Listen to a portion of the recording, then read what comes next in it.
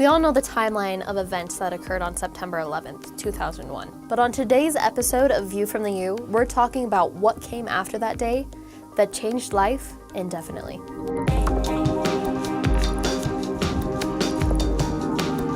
Our nation is much different now because of 9/11.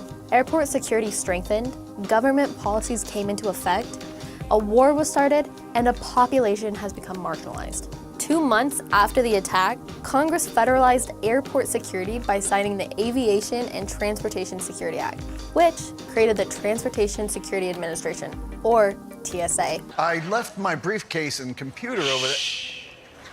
Where are you headed? The Aviation Transportation Security Act banned liquids over a certain amount, cockpit doors on airplanes became fortified, shoes needed to be removed through security, and fees were added to plane tickets to pay for extra security measures. They have a weapon! They have a weapon! Who got a weapon? These guys got a weapon! Where you at, Terry? Everybody relax! We taking control of this plane! The security reform also included the Patriot Act. It was passed 6 weeks after 9/11. An important part of the act expanded the government's ability to conduct searches on private property without telling the owner, a point of contention as many see it as a violation of the Fourth Amendment.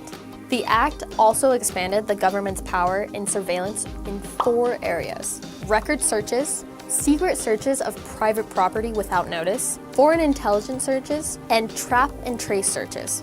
Following the Enhanced Border Security and Visa Entry Reform Act of 2002, funding for border security increased.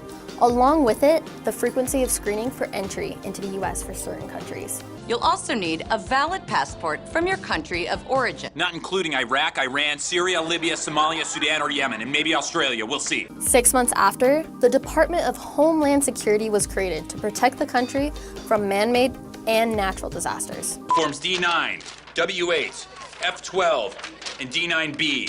You're almost done. Getting started. In 2013, Edward Snowden, an IT specialist that worked for the CIA, copied and leaked thousands of highly sensitive documents from the National Security Agency. The documents contained information regarding surveillance in the US. This gave way to a global debate on privacy intrusions and digital security. So why does this matter? The technology we have today makes it pretty easy to share a lot of important things and a lot of unimportant things. My name's Jeff, and I'm an Instagram husband. But there are times when we struggle to agree on how those things are protected.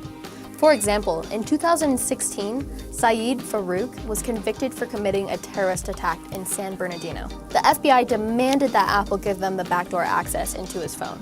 Apple argued that would be a potential threat towards the privacy of all their customers. And this created a huge debate surrounding the controversial issue of government surveillance. They're watching almost every electronic device. The NSA is coming. In 2002, the FBI reported 481 anti-Islamic incidents. This is the largest number ever recorded in comparison to the 28 reported cases the previous year. In a Pew Research Center survey conducted in early 2017, 75% of Muslim American adults say there is a lot of discrimination against Muslims in the US, a view shared by nearly 70% of adults in the general public. In the same survey, 82% of Muslims said they are concerned about global extremism in the name of Islam.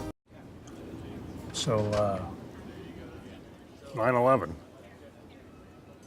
There's a lot that's happened because of 9/11, and we've all had to deal with the consequences, some more than others. We've changed the way we travel, created a lot of new policies, and engaged in discussions about religion, culture, and misrepresentation.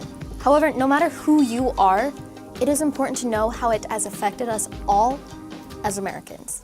Thank you for watching this episode of View from the U. We'll catch you next week. Until then, I'm Lexi Hogan.